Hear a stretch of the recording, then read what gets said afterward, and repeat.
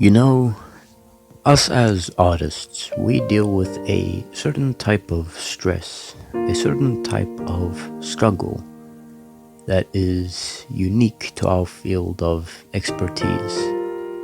And there are many different factors and elements that might come between us and our careers, goals, and especially productivity.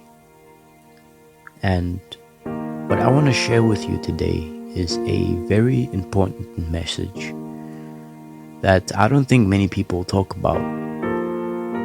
And my goal for this video is to say something out loud that you might have been thinking about but never really thought of saying out loud. And I want to make it an actual, tangible thing. Because unless somebody verbalizes it, it's just a feeling. And when things are just a feeling, you can't see them. You can't analyze them from different angles, and they just float around like a cloud.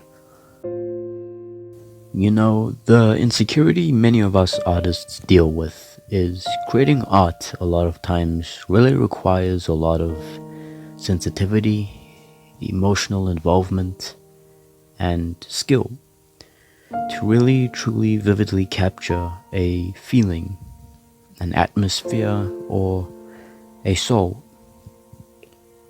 And many times we battle with the reality of not being able to balance our work life and social life and family life. The reality of your own inability to keep up with the competition. The reality of your own inability to reach certain goals that your current life situation can't support. Your lack of being able to fit in. Your lack of having that style that many people are looking for. The lack of adaptability to different work environments, different work situations, and different groups. The lack of social skills to be able to smooth with the big bosses.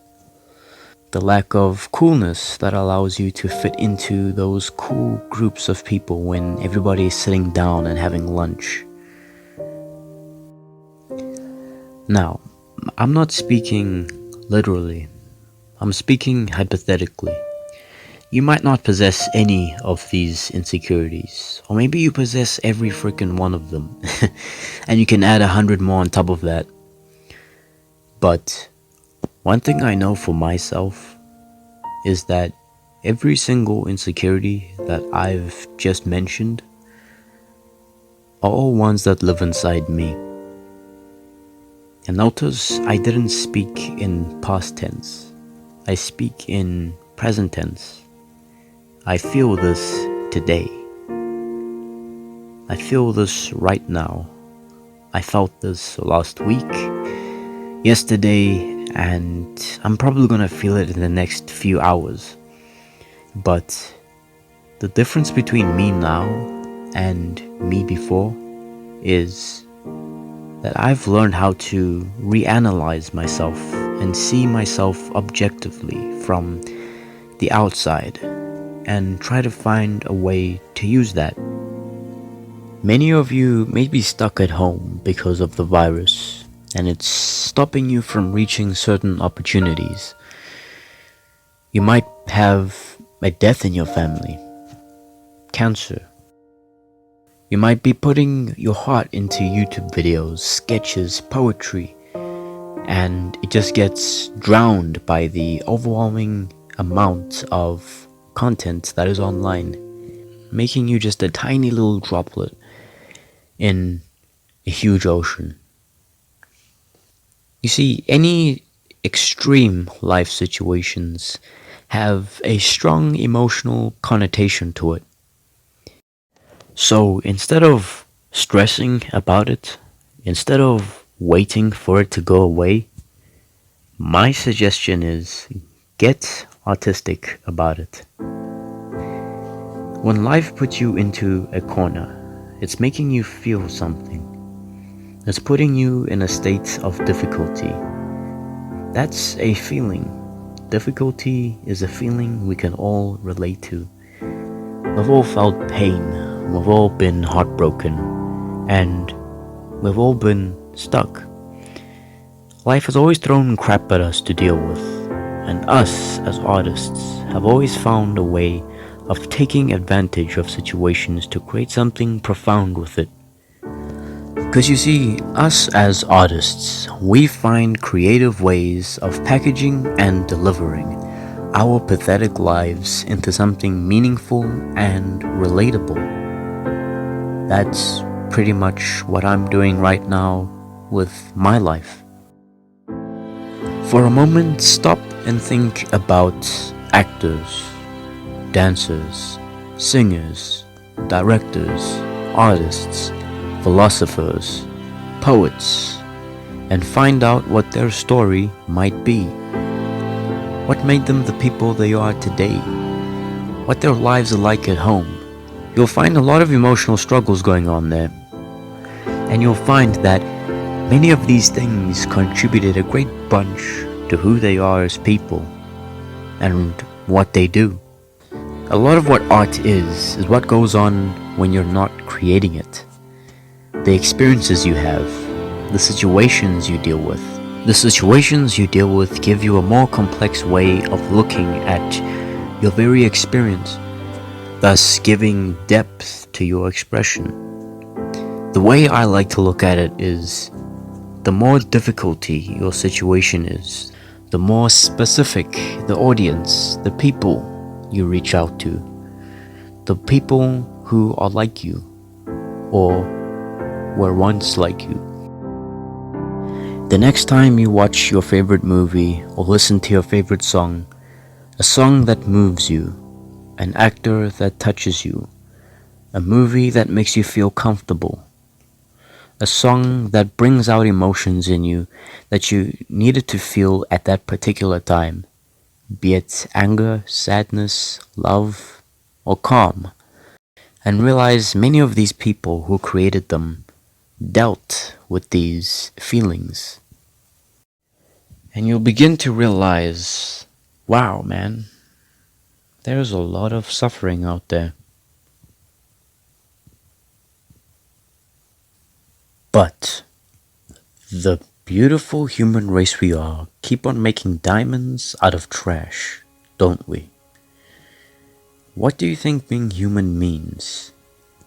We make mistakes, we waste time, we hurt each other, and many times out of those things come the most amazing things when we change our perception of it.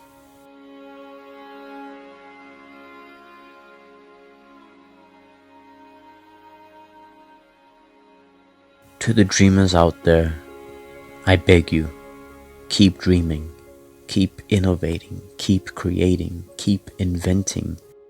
The human race is lost without you. Because you see, we need what you have. The talents, gifts, and perspectives you have were given to you to change the world. That's why you have them. Give them to us. Realize there's more purpose to what you do than just doodling around. You have a responsibility that requires a lot of bravery, sensitivity, and skill. And if you can bring all those things together, you are a titan of this planet. But that realization doesn't change anything in the long run, does it? I'm asking you to do what we do. I'm asking you to look at all the junk and see the treasure. To humanize your emotions and use it to help restore humanity and preserve its beauty. So remember, no matter where you find yourself in life, as Optimus Prime once said, the center of a storm is always still, and it's easiest to find a solution there. So, remember to keep both eyes open and ask yourself, How can I turn this into something that can bring meaning into the lives of others? And there's always a way to do just that.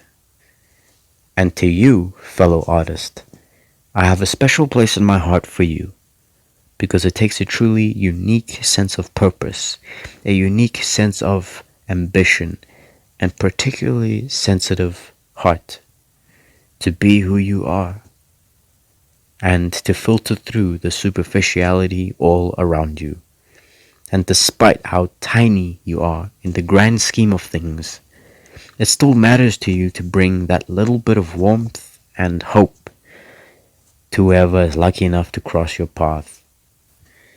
So, with all that said, thank you for watching, and until all are one.